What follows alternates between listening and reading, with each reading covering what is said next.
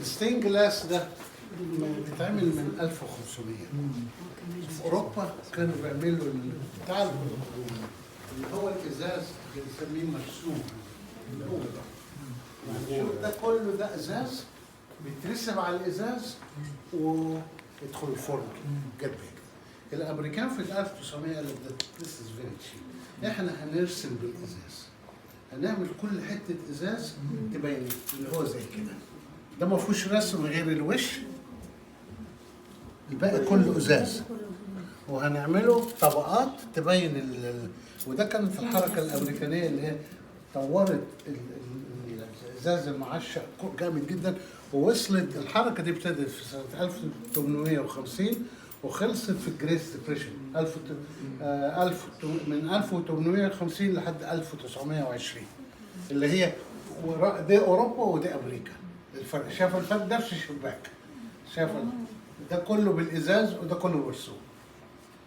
بعدين ابتدى يا دكتور الازاز ده كان فيه زي الرسامين بتوع البينتنج، كل فنان ليه ستايل، فدول كلهم دول اللي هو مختلف، يعني ده هنا ده لويس أرمسترونج ده الستايل بتاعه، ده واحد تاني، ده كل شباك تلاقي الفنان مختلف عن التاني، فده الجزيرة ده كله فنانين مختلفين الشباب دي.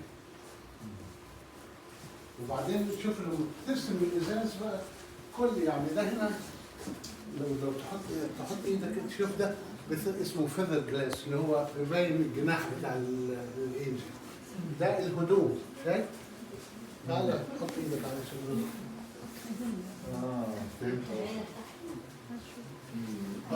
ده اسمه دريبري جلاس، كل جلاس بتعمل جلاس جوه كل حاجه، وبعدين بيستعملوا الميتال فيه، شوف الميتال شوف الميتال.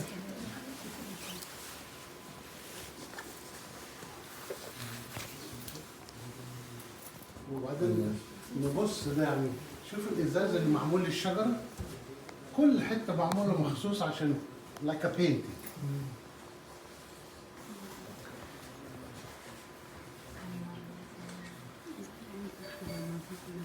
وبعدين ده هنا زي الشباك ده معمول ميموري لجورج واشنطن. جورج واشنطن كان لما كان الانجليز محتلين امريكا كان بيهجم على الانجليز ويجري، ففي معركه في نيويورك اسمها هارلم هايتس، جورج واشنطن قال انا هقعد في مكاني وهحاربهم وغلب الانجليز. فده هنا لو تشوف honoring the soldier and Battle of Harlem Heights اللي هي دي، ده تذكار للمعركه دي معمول، وبوريك كانت موجوده فين يا بيه؟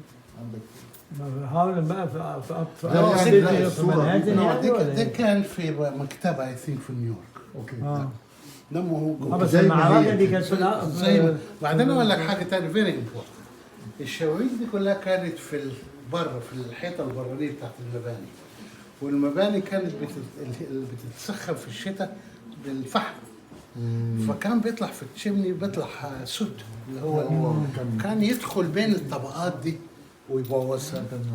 احدى كل الشبابيك دي اتاخدت واتفكفكت حته كل حته ازازه اتنضفت وجت ليدد اجين. ده الشغل يعني المتحف عمرك ما تشوف شبابيك بالمنظر ده لانها اتنضفت وتركبت تاني.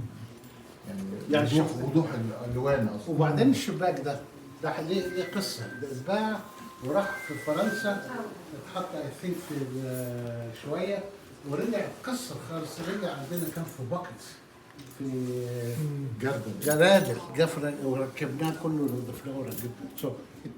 خد وقت جامد جدا انك تعمل اللي هي موسى بطرس الانباط شاطرين، ده مش ممكن البرشا دي شاطرين في التمثيل وفي الكنايس. وبعدين ده فنان تاني ده